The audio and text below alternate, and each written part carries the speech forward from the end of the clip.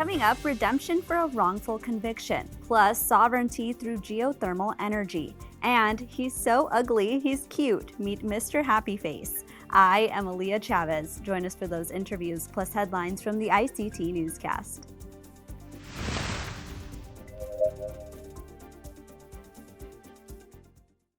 Arizona is home to 22 tribal nations and more than 340,000 Native Americans. Arizona State University builds on more than 6 decades of working and partnering with tribal nations and communities. Many of our Native faculty incorporate Indigenous knowledge systems in seeking solutions through a process of community engagement that respects and honors traditional ways of thinking. Together, we are creating community solutions leading to a more equitable future.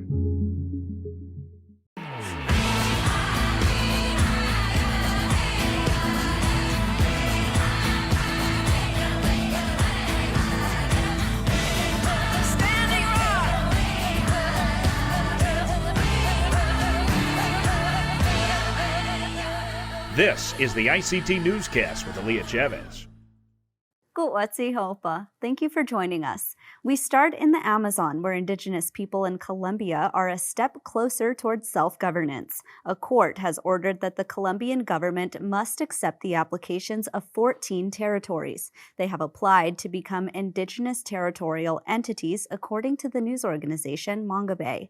The 14 proposed territories are home to 43 groups of Indigenous people who speak 40 languages. Should these communities receive the status they seek, the territories would be allowed to receive funding from the national government. Local leaders said they hope to be able to govern themselves to protect their lands.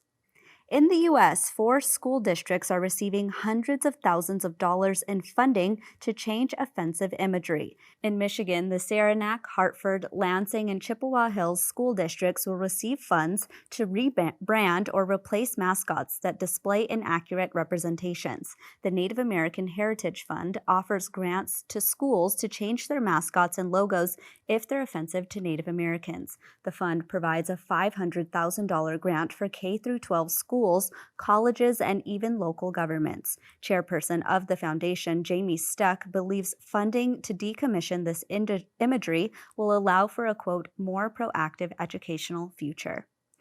Canada's first Indigenous Governor-General, Mary Simon's first official visit to the Yukon included art and the importance of education in the region.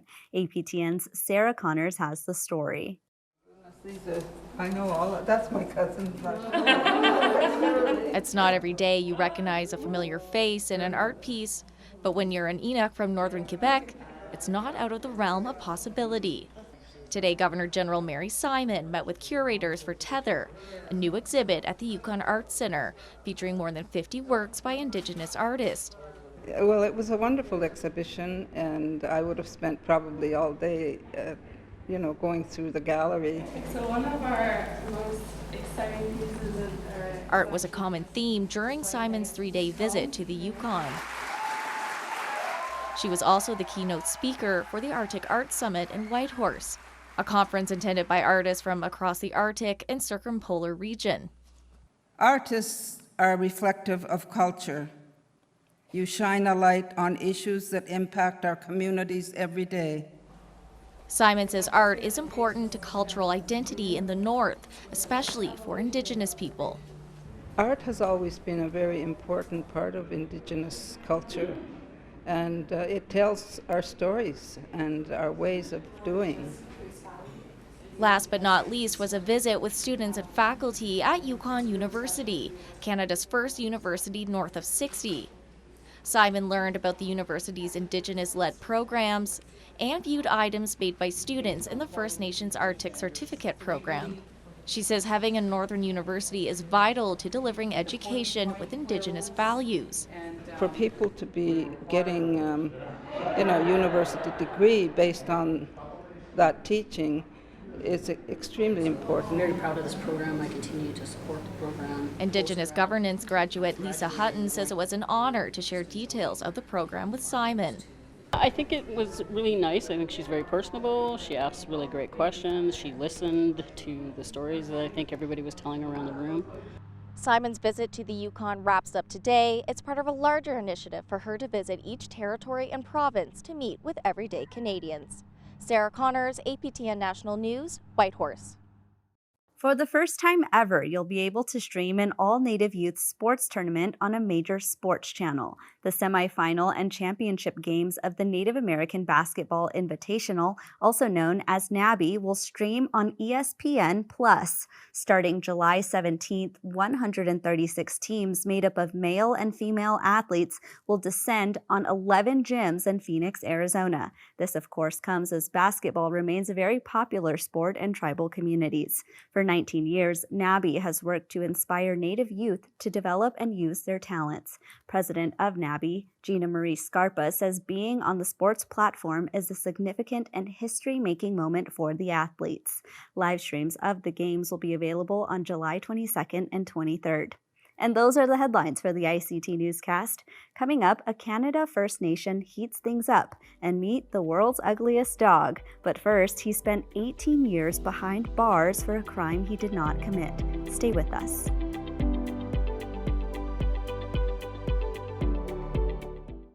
On December 22, 2021, Danny Wilbur walked out of prison. He served 18 years for a murder he did not commit. In 2005, Danny was convicted of first-degree homicide and was sentenced to life in prison. Ultimately, a small team, including his partner Lacey Kinnert, worked with forensic experts to prove his innocence. It was rough. It was hard. It was disheartening. It was a lot of going on, but one thing that kept me going and kept me focused and kept me up was my spirit and the fact that I knew I was innocent. And I knew eventually, the facts and the physical evidence that proved my innocence would eventually come to the light. So that's basically what I was relying on, you know what I mean? For something just to happen. But I was gonna work towards it and just do my due diligence. And I stayed in the law library. I kept my face in the book. I actually learned the law when I was in prison. And it was necessary because I was actually fighting for my life. You know what I mean? And so, it was a roller coaster. It was a lot of ups and downs, but you got to keep it moving. You got to find things that give you spirit. You got to find things that give you strength. You got to find things that motivate you to keep it moving and to keep going forward, despite all the lies, despite all the deny, despite all the speculation, despite all the hearsay. You just had to rely on what you know to be true, your spirit and the facts of the case. And eventually I felt like that would shine over everything else. And fortunately for me, it did. Although it took almost 20 years, you know what I mean? Kinnert got involved as a friend of the family. I knew his whole family before I met him. His nieces and nephews were my students in the Milwaukee public school system. And how I got involved was he needed a crime scene diagram redesigned on the computer, and I just helped with that. And once I saw the blatant misrepresentations in it, I was like, wow, he really is innocent. And I couldn't believe the injustice, because it was intentionally misrepresented. And my naive self, not having experience in the justice system, I just thought, okay, once you can prove your innocence, you can get out. And that was far from the truth. And that was about 9 years ago. And 6 courts later and many motions and briefs later. I was hooked by seeing his innocence right away. Wilbur described the work it took to prove his innocence. So I went through 6 lawyers, 4 private investigators, 3 forensic experts, a lot of money, which I don't know because my loved ones and my support team really was the one that footed the bill. So it was just a lot of money, a lot of emotion, just a lot of, it's a lot, So if I had to describe it in one word, it would probably be treacherous. I mean, because you're against all odds, essentially. You know what I mean? When you got a life sentence, they say you killed somebody. Nobody really wants to hear that. You know what I mean? Nobody really wants to hear what you have to say. And then they do a great job in the so-called criminal justice system at demonizing people. You know what I mean? Once they take your humanhood from you, then it's easy for them to say all type of things about you that's not true, paint you out to be the biggest bad guy or the biggest whatever. And it's actually supported by the fact that I'm indigenous. So a lot of these people that they're saying these things to, a lot of these people that's reading this on paper, they're taking it as the truth just because. You know what I mean? So these are the type of things you deal with when you're fighting the system and you're against all odds. Kinnert said their core values helped them persevere. When we were at the bottom of the roller coaster and feeling like we weren't ever going to win, we always relied on what our ancestors went through. We had always talked about, like, okay, our people went through so much worse. Our people fought for us to be here. Like, if they can go through what we went through, or if they could go through what they went through, we can keep going. You know, we are resilient people. The fact that we are here and alive is resiliency. And that's what kept us going. And there were days when we wanted to give up. We never did, we never could, but we just relied on that resilience. And that's what got us through to the next day. Sometimes it was day by day. And that's really what we relied on.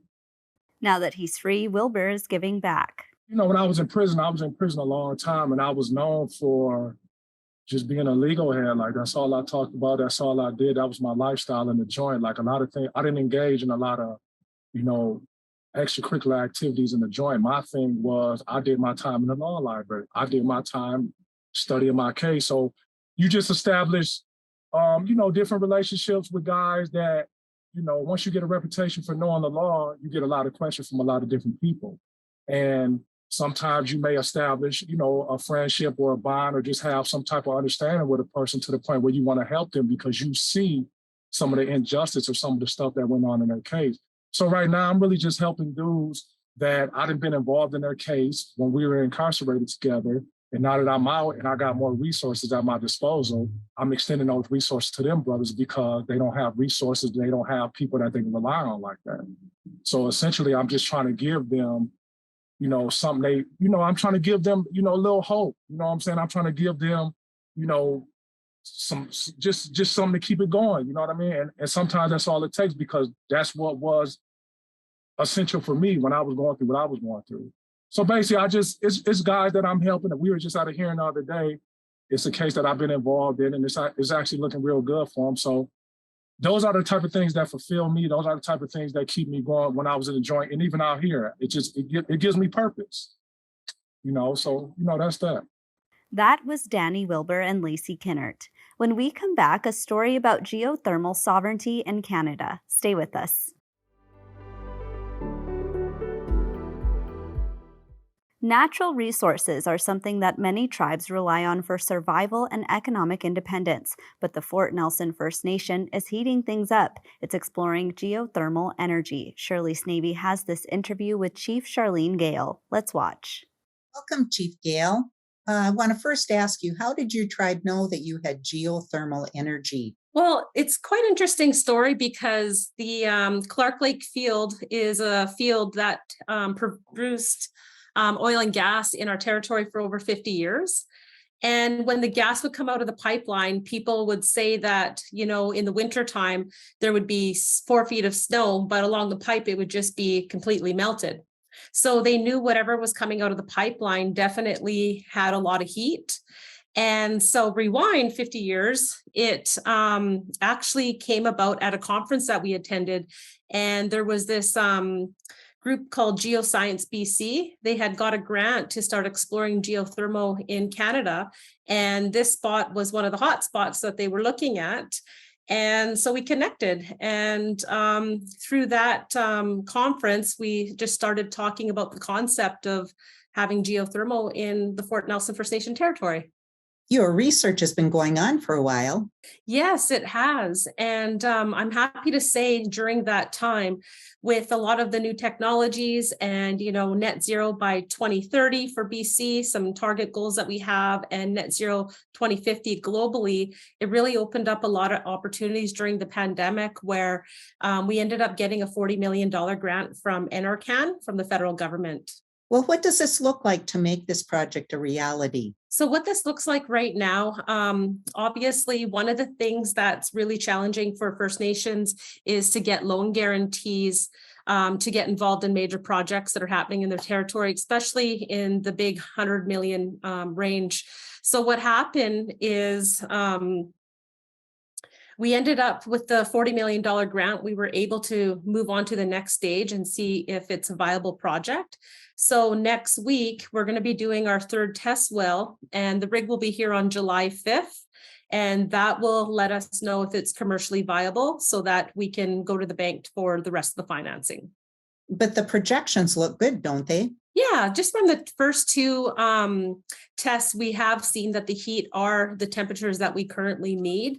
So that's very promising. And it gives us a lot of hope because with that, we can do a lot of things with the heat rights. So we've been exploring other options, in the meantime, because the construction phase to turnkey will be roughly 2026.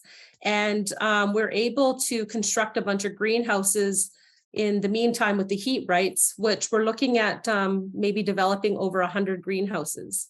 In your neck of the woods, that sounds like the way to go. Yeah, definitely, because in the Fort Nelson First Nation territory, food security is definitely a big issue. We don't get the fresh produce like many people around the world. And as you travel more up north into the Yukon and Northwest Territories, the cost of food gets tremendously very high. So you could look at getting a T-bone steak up to $60 and a head of lettuce costing you $20. So it's really unaffordable. And, if we can revolutionize the North and provide low cost food to the people in Northern communities, I think that would be a very success story. I should have asked you this first, but describe your location in British Columbia. Yeah, so the Fort Nelson First Nation is tucked in the northeast corner of BC. And the Fort Nelson First Nation is on the unceded territory of Treaty 8. We are a strong, healthy, proud, self-reliant Cree and Dene people. And our ancestors have taught us to be resilient, innovative, and to work hard for future generations. So we have been here for thousands of years, and our connection to our land and resources of our territory go back many generations. And we always understand the importance of upholding the spirit and the intent of the treaty and asserting our people's right to take care of our land. So we're just really proud that, that we've been provided this truly amazing gift to harness heat from the earth. And, we're contributing to climate change. So, as an Indigenous community, this project is 100% owned. And it just really brings a lot of pride because we're going to be producing electricity that is low carbon. And currently right now, we're not connected into the BC hydro grid. So with that, it means that we're running on gas to heat and to electrify the territory in the region. And as you go up the Alaska Highway up into Yukon and NWT, they're running on the same thing, whether it's diesel, oil, propane, wood heat. It's just, it's really challenging up here, the landscape. And what are your winters like? So when we did our second test well, just to kind of give you an idea, it was in January and it was a really challenging drill because it was -50 at that time. So we had a really cold winter and we had probably about 7 to 8 months of snow this year. So we're really enjoying the spring right now.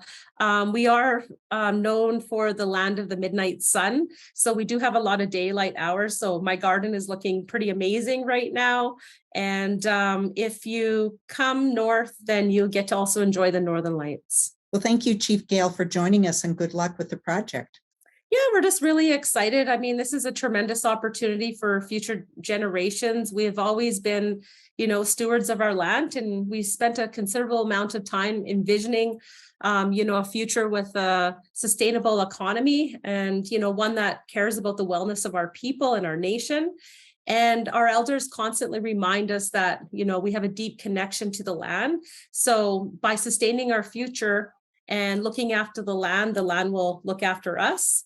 So we're really excited about this project. And, we have a lot to be thankful for. I feel that it's so unique that this project provided for 7 generations through the oil and gas production that it provided. And many of those people today are elders and they're retiring. And so we repurposed that to serve the next 7 generations. And I think that's, a really cool story, to share with our people and part of our history. So I'm just looking forward to, following up with you maybe in a year from now, just to see what has happened and how far we've come, because, these kind of projects don't happen overnight. They take time. And yeah, we're really excited to just get there and be able to turn the key. That was Chief Charlene Gale from the Fort Nelson First Nation. There's other possibilities from the geothermal brining process, like lithium, which is used for batteries for electric cars. 17 Indigenous high school and college students took to Princeton University and then to Capitol Hill in June. They are advocating for issues most important to them. It's time for the U.S. government to take responsibility for its role in federally run boarding schools. That was the message this group of young Pueblo people took to Washington, D.C. in June. The group traveled to meet with members of Congress as part of the Summer Policy Academy 2. The program is put together by the Leadership Institute at the Santa Fe Indian School. But in order to get to these high-profile meetings, it took a lot of work. My group, we focused on the protection of cultural landmarks such as Chaco Canyon. Lauren Vigil was one of 17 participants. Her cohort studied at Princeton University's School of Public and International Affairs for almost a week. The young people here learned about the decades of federal policy that have impacted Indigenous people, including the assimilation, termination, and self-determination eras. They also learned about modern-day issues and worked with Indigenous experts to identify a project area. They researched and created presentations, even writing a policy paper. Lauren and her group's idea was to create a curriculum for students and policymakers to learn about the sacred site Chaco Canyon. This curriculum, Lauren said, is important for others to understand why this site needs to be protected from oil and gas leasing. She and her group took that message directly to New Mexico's senior senator, Martin Heinrich. He was in a full agreement to the curriculum, not only at the state level, but at the federal level. And a couple of our other asks were to continue the protection of Chaco Canyon, not only for the 20-year federal process, but for the administration, which is permanently protecting Chaco Canyon. Other groups focused on housing initiatives and motherhood programs for young Indigenous people.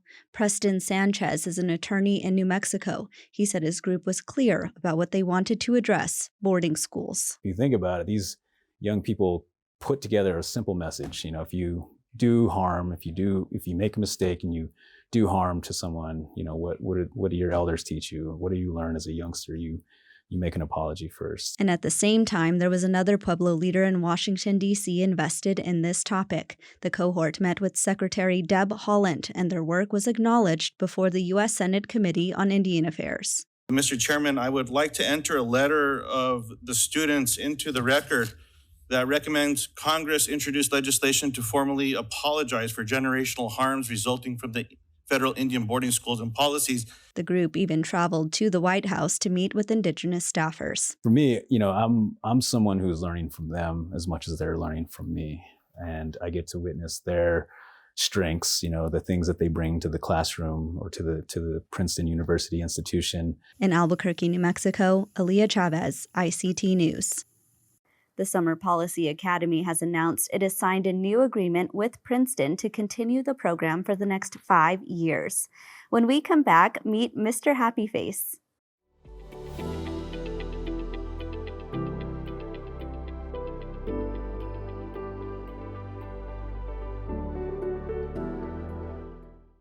Dene musician and artist Janita Benally wanted something special for her birthday last year, so she went to the local animal shelter and asked for the oldest and most unadoptable dog. That's how Mr. Happy Face joined her family in Flagstaff, Arizona. And now Mr. Happy Face is a star. He was recently named the world's ugliest dog. ICT's Sandra Schulman has this interview. So Mr. Happy Face became world's ugliest dog when he was on a whim entered into a contest in Petaluma, California, the Sonoma Marin Fair, which hosts the world's ugliest dog contest. And I had just happened to be there and reserved a whole chunk of time just to do some editing and mixing of my radio show, Indigenous Youth Nation. And we decided that it might be a fun thing to do at the end of the week with a group of youth. So I took the dog, and we had entered him just a couple weeks before with that intention that we were going to be there, and hey, let's just do this because it will be fun. Yeah, fun. And I thought that Mr. Happy Face was way too glorious and way too beautiful to ever win a contest like that. I would have thought the same thing. I mean, look at him. There's the tongue. All right, but you got up there with the other contestants and you ended up winning. It was actually a whirlwind trip to New York City. We were there for just about, I think, over a day. Just enough time to sleep and to eat meatballs at a restaurant for the first time that Mr. Happy Face got to enjoy. And so what is next for Mr. Happy Face is that he now has his own social media platforms. Mm-hmm. And so we're inviting people to watch and follow. And he has a campaign called Create Kindness. And we're hoping that people get to see just a little bit, we experience that this world can be an ugly place sometimes. And if we can create a little bit of kindness, a little bit of compassion towards each other, we can make the world a whole lot more beautiful. And that's a slice of our Indigenous world. For more news, visit ictnews.org. From all of us in the newsroom, stay safe, my relatives. I am Aaliyah Chavez. Sometimes you got to take a stand just because you know you can. Oh, you got to run, you got to run.